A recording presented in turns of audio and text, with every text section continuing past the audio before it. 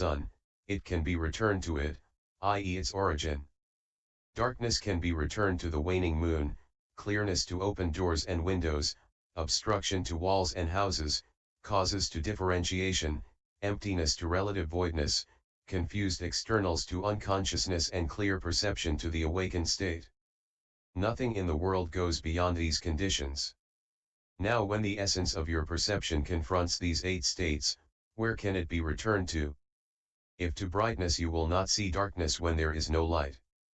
Although these states such as light, darkness, etc., differ from one another, your seeing remains unchanged. The nature of perception. Substance where there is no voice. Thus not only does this mind lack substance, but it also cannot be found when you notice my face. This reveals the non-existence of the 6th consciousness.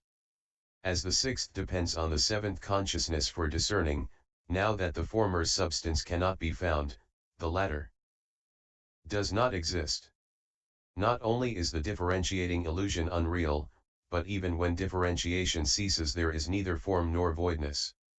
The 7th consciousness, as an inner cause, is cut off from the 5 outer sense data, so that it is beyond form, and the innermost is clung to as a ego, so that it is beyond voidness. This is the dim substance of the 8th consciousness, which is not yet true mind and which heretics call primordial darkness.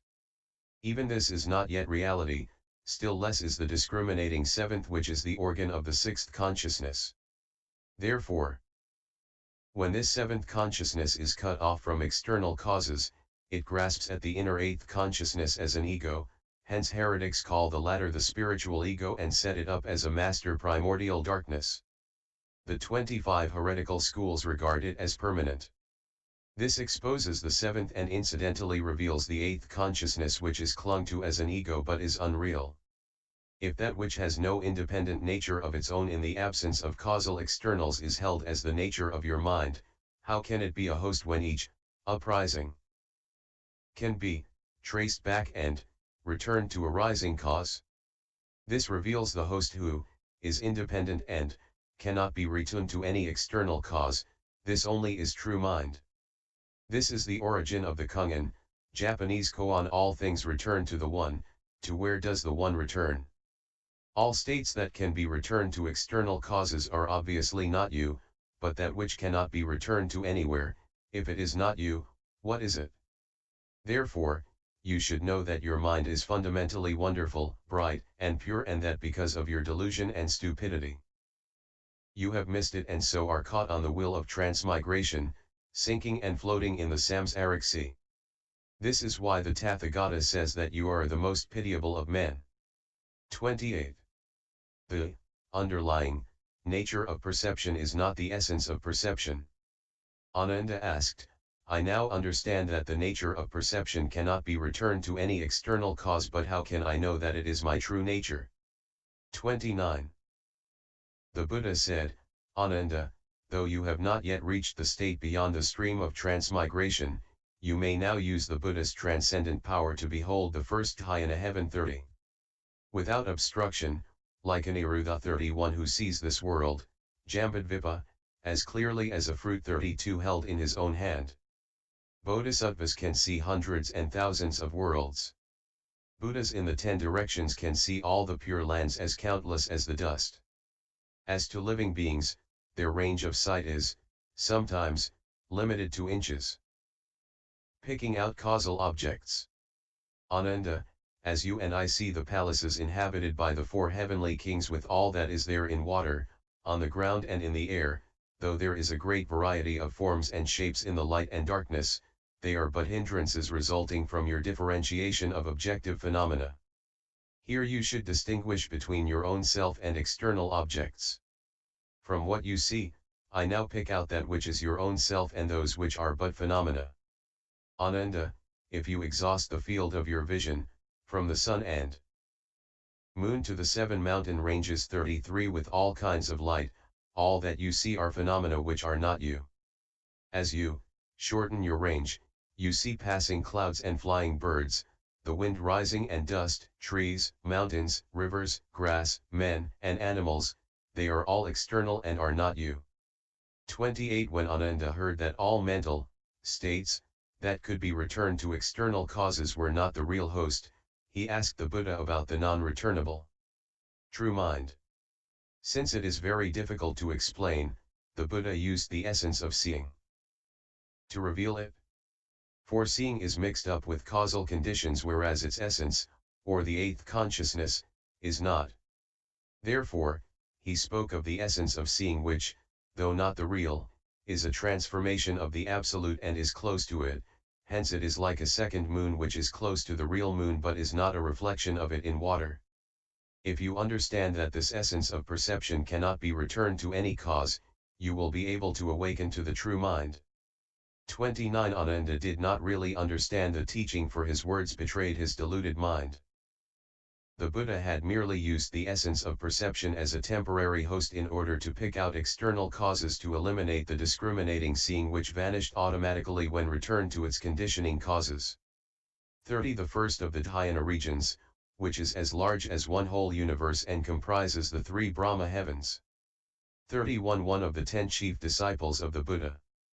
32 Amala, a fruit like the betel nut. 33 The 7 concentric mountain ranges which surround Sumeru, the central mountain of a universe, each range separated from the other by a sea. The essence of perception. Ananda, the great variety of things, far and near, when beheld by the essence of your seeing, appear different, whereas the nature of your seeing is uniform. This wondrous bright essence is really the nature of your perception. 34. The essence of perception mistaken for externals. Refuting this misconception. If seeing is an object, you should also see my seeing. If you can do so, why when I do not see things, do you not see my non-seeing? Even, if you do so, it will not be real but your false seeing.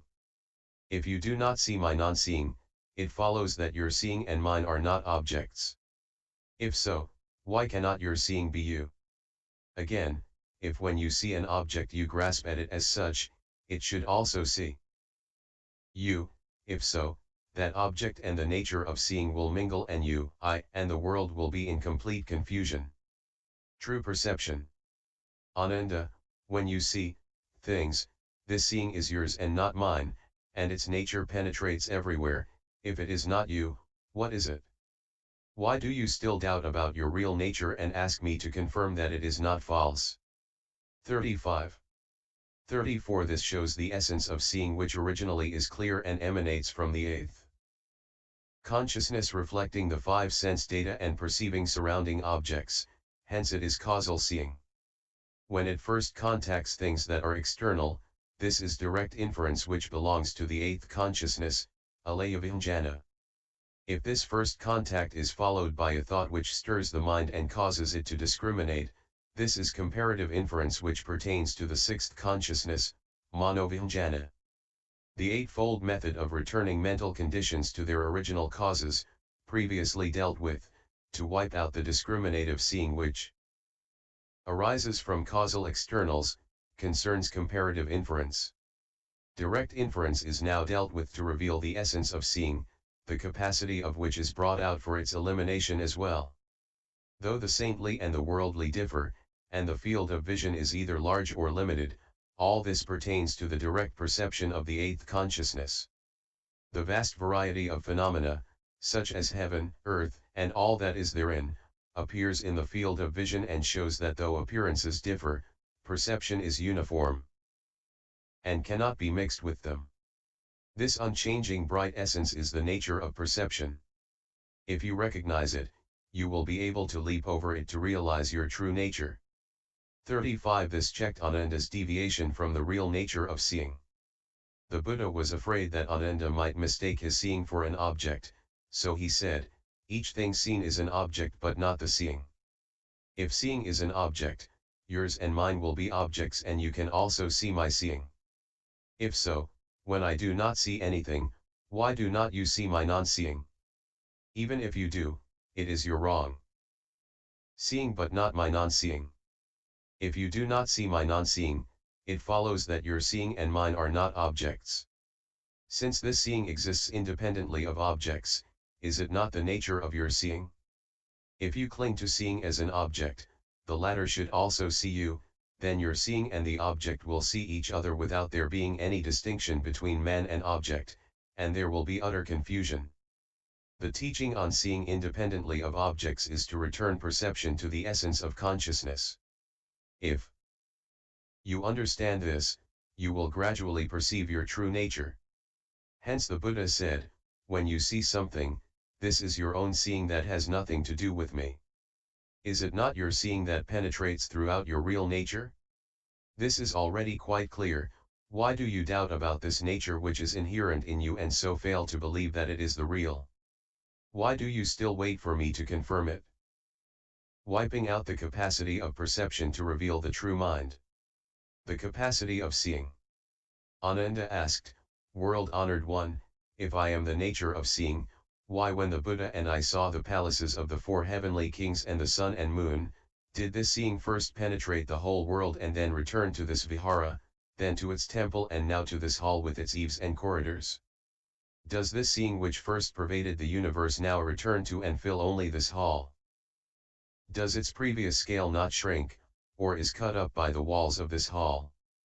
I do not know where the meaning of all this really lies. Will you be compassionate enough to enlighten me? Breaking up the capacity of seeing.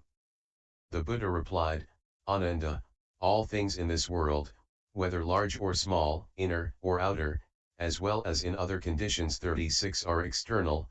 You should not say that your seeing expands and contracts. Take for instance a square box, the inside of which is seen as containing a square of air. Now, tell me, is the air seen as square in the square box, really square or not? If so, it should not be round when poured into a round box.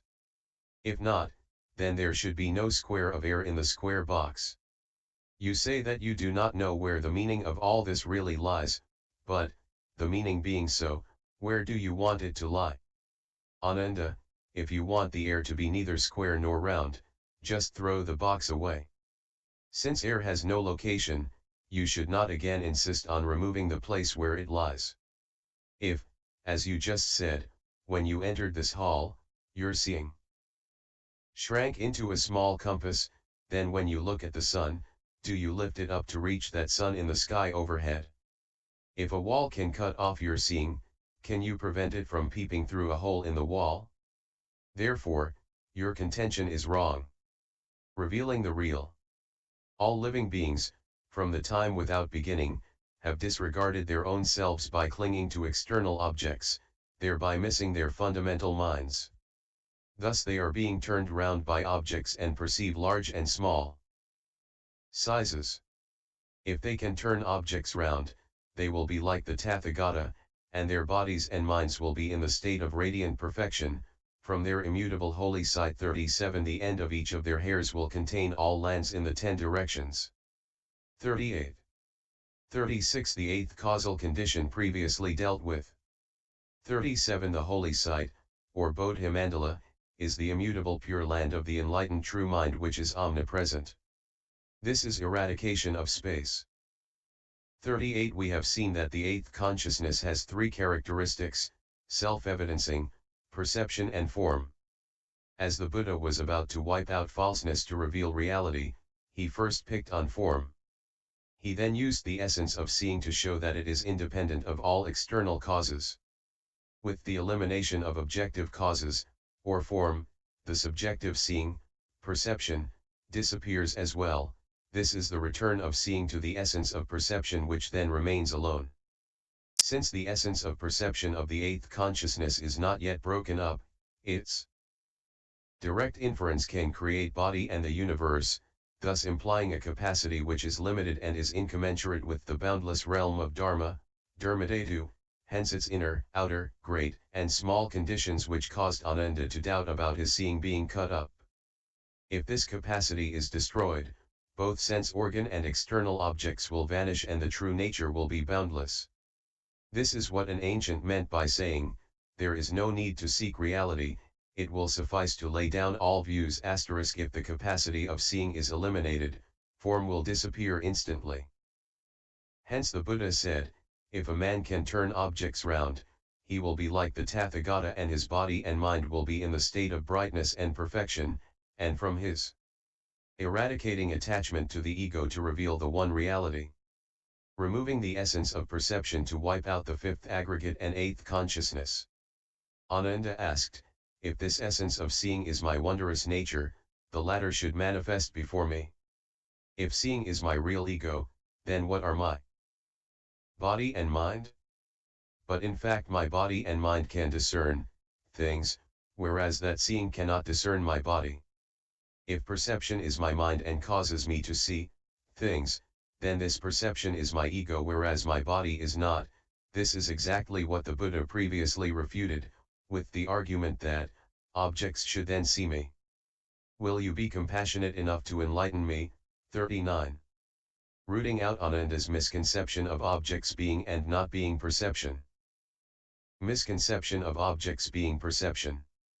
The Buddha replied, Ananda, your conception of perception being in front of you is incorrect because if it is, the essence of perception should have a position which can be shown. As you sit in Jetavana Park, you see its trees and nullas as well as this hall, with the sun or moon overhead and the Ganges in the distance. As you are now, in front of my lion seat, moving your hand to point to the surroundings, such as the dark foliage. Immutable holy sight, the tip of each of his hairs will contain all lands in the 10 directions. Thus the Buddha wiped out perception to root out the seventh consciousness as well as the fourth aggregate, samskara, in his partial revelation of reality. This deals with the second basic inversion. Asterisk quotation from the Gatha Have Faith in Your Mind by Sentizan, the third Chinese patriarch of the Chan school. 39 The Buddha was about to break up the Alaya's self-evidencing, thus implying the eradication of the ego to reveal the one reality. As the seventh is accustomed to mistake the eighth consciousness for an inner ego, heroes mistake it for the true self in nirvana and heretics for the spiritual ego which is their all-embracing self in the 10 directions. This is why the Buddha said, the alaya vijnana is very profound and subtle, and the seeds of its long habits have developed into an irresistible torrent. I have always refrained from revealing it to deluded people lest they grasp at it as an ego. This is why the Buddha seldom mentioned it lightly. When Ananda said, if this essence of seeing is my wondrous nature, the latter should manifest before me, he meant that if objects could be turned round so that he could become like the Tathagata, then a myriad things appearing to him were all his essence of seeing. This implied that form was the ego. When he said, if seeing is my real ego, then what are my body and mind, he meant that if things were his true seeing, they should be his ego. If so, what were his body and mind? This implied an ego existing apart from form.